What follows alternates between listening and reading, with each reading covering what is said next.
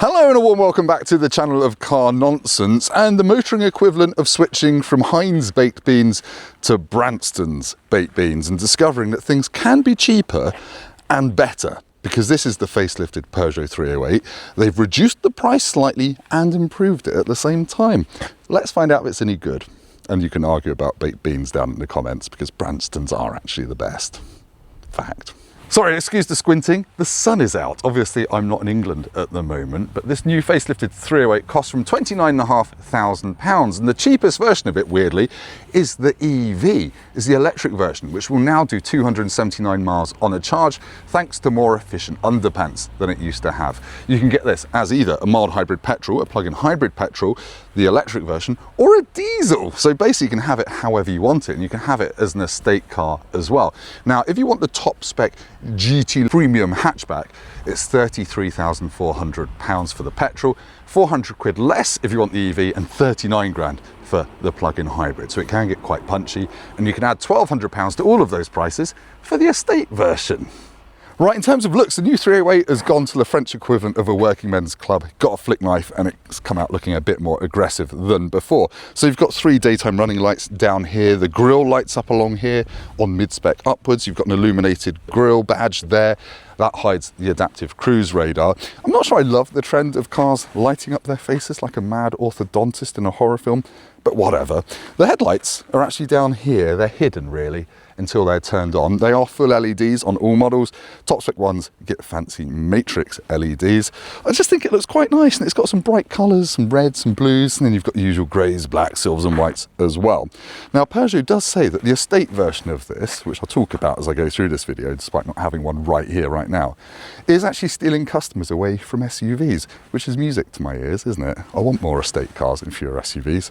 But in terms of hatchbacks, I think this looks quite nice. In terms of size, it is a Golf-sized car, the 308 hatchback, so it's about 4.4 metres long.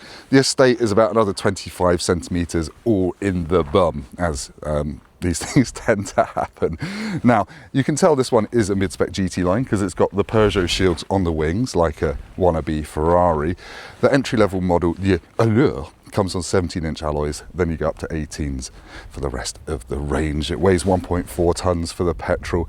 The PHEV is another 150 kilograms, and the EV is about 1.7 tonnes, and the estate is about 50 kilos more on top of all of those. Have I given you enough facts? I'll stick some shots of the estate in now, so this bit is a bit less boring. How's that? The interior of the updated 308 is fairly similar to what we had before. So you've got a big 10-inch touchscreen, which isn't the fastest thing to use. It's a bit laggy. I think I had a very similar system in my 408 that I ran last year. You've got some eye toggles underneath it, which is fancy words for screen shortcut, so you can get to your Apple CarPlay, which is wireless, and Android Auto as well. Got a wireless charger down there. There are some physical climate control buttons. And if you hold that car button on the left, it turns off all of the advanced driver assistance stuff, such as your speed limit warning bongs. You've got digital dashboard up there in traditional Peugeot style. You've got a small steering wheel. And then this one has got a slightly holographic 3D effect, which we have seen before. It's nice and easy to use when you're going along. It sort of does feel a bit like a head-up display because it sits right in your eye line. Now, you've got some storage, some USB-Cs down here. This isn't a height adjustable armrest, which is a little bit annoying, so that just opens like that, and it has got a USB in it as well. This one has got a full width glove box because it's a left-hand drive car, but I can guarantee when this comes to the UK that will be a half width glove box. Otherwise it feels quite posh, quite plush. I like the leather. You've got massage seats on very top spec ones, not in this one. You get heated seats and a heated wheel as standard in the electric version. It's just quite a nice cabin with these air vents across the top. It's something different. It's something a bit, I don't know, it's got slightly more Gallic vibes than the Volkswagen Golf. And I should point out, you get a 6-speaker sound system as standard, and I don't think there's an upgrade option on the options list, and it's sort of okay, I suppose. Yeah, mid-spec GT line ones get ambient lighting, and the 360 camera only appears on the very top spec GT line premium. That also gets fancy Alcantara and some very comfortable seats, which are, what's the word? They are recommended by the German Department for Excellent Back Health, or something like that. Oh, sat-nav, you only get that built in on mid-spec GT line, so you want a mid-spec GT line really. Don't really like the fact that the rearview mirror has a massive bezel around it. It's not very bon.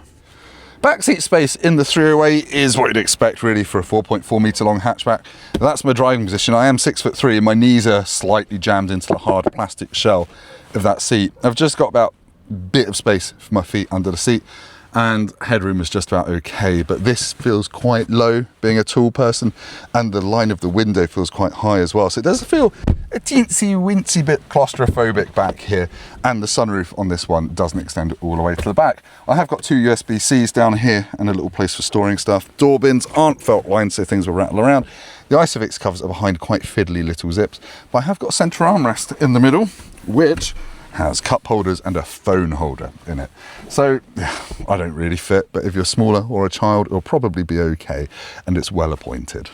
Maintenant, le derrière de la 308, the bum of the 308, is a little bit different. You've got some slightly 3D effectiness on the rear lights here, which mirror the 3 daytime running lights at the front of the car. They're quite proud of the fact this is now shiny black plastic. Don't think that's going to stay shiny for very long. Not sure that is a great design decision. I can almost say design decision. That's very tongue twistery. Anyway, the boot, 412 litres on this hatch, which is handily filled with all of my crap. Now, if you get the plug-in hybrid version, that drops by 100 litres. So the boot gets a lot smaller. The EV is 50 litres less than this. If you get the estate, you get a 600 litre whopper, which doesn't decrease quite as much in plug-in hybrid and EV forms. Yes, you can get the estate in electric. Quite a rare thing. Now, if you get the GT line premium, the boot lid is electric. They all get reversing cameras and rear parking sensors.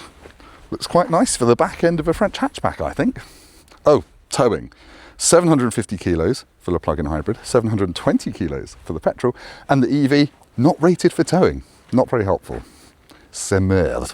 Unfortunately for you, the Peugeot 308 comes with so many powertrains, I've got to open the bonnet and film this bit. So this is the petrol engine. It's 1.2 petrol with 145 horsepower and a 48 volt mild hybrid system with a 0.9 kilowatt hour battery. Now, normally mild hybrid is nonsense, it means nothing, but this can actually drive at about 5-10 miles an hour before the engine kicks in, which will help fuel economy. Now, the plug-in hybrid has got 195 horsepower in total from a turbocharged 1.6 litre 4-cylinder engine. Keep up, roadie.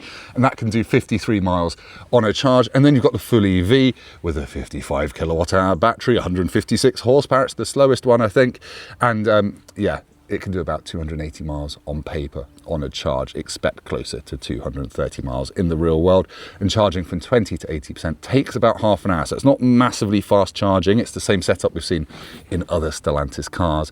And the diesel is a 1.5 diesel with 130 horsepower, which I thought had been killed off, but that's coming back in March next year in this. Automatic gearboxes for all of them, by the way. Right, we're going to go for a drive in the new Peugeot 308, so I'm just going to put my bag down there. Weirdly, when you start this petrol one, the engine doesn't actually fire up because the mild hybrid system, there we go, it has just fired up. It's got a 48 volt system, which is a bit pokier than what you normally get in a mild hybrid petrol engine setup. So yeah, I've got 145 horsepower, 0 to 62 is 9.1 seconds. The EV is 10 seconds pretty much, and the plug-in hybrid is about 8 seconds. But it's not really about speed, obviously, it's just about cutting about with an air of stylish elegance, to be honest. And this drives absolutely fine. You're not going to remember it. It's not going to give you your all-time greatest drives, but it corners pretty flat. It's got a little bit of body roll there, a bit of softness to it. And then the 1.2 petrol engine, you hear it. It's got a nice addictive 3-cylinder growl that you would have heard in pretty much any Stellantis product, to be honest. Now, the paddles in this one do the gears, as you might expect. I've got a 6-speed dual clutch gearbox in this.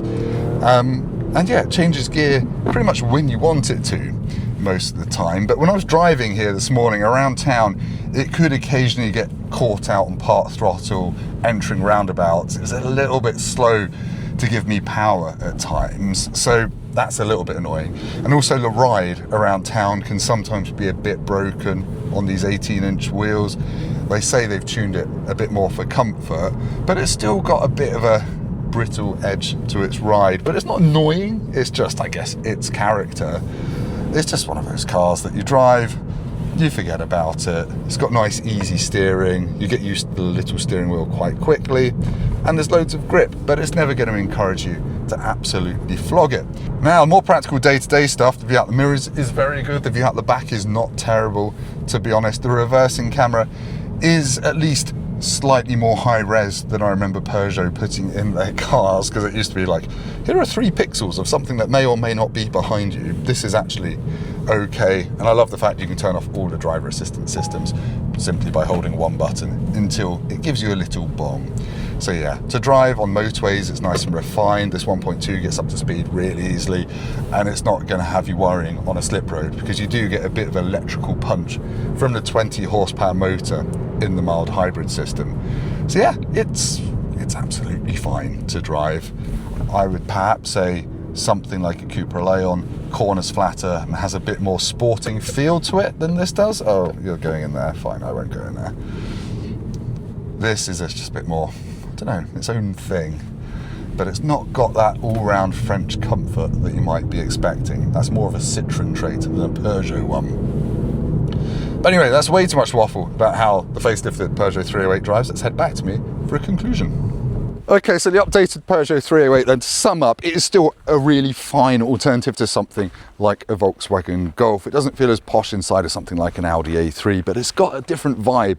It's got that kind of French chic going on, both inside and out. Now, I do really like the fact you can get it with basically any powertrain under the sun. Yes, the EV isn't setting world records for efficiency or range, and the PHEV, you lose a lot of boot space, but it's just a nice, easygoing thing that looks a bit different, and I love the fact you can get it as an electric estate car as well. It's just quite a rare thing. I'm going to give it 7 Tim Roadies out of 10 because it is starting to feel its age a little bit, but hey, at least it's growing old with better looks. Really mastered that phrase at the end of this video, didn't I? Anyway, if you've made it this far, you deserve a bloody medal. Thank you for watching. If you've liked it, please hit like, give me a thumb on YouTube. Not up the anus. Go down to the comments and leave me the Portuguese word for how many custard tarts did you have for breakfast, you fat bastard? And I'll see you next time. Goodbye.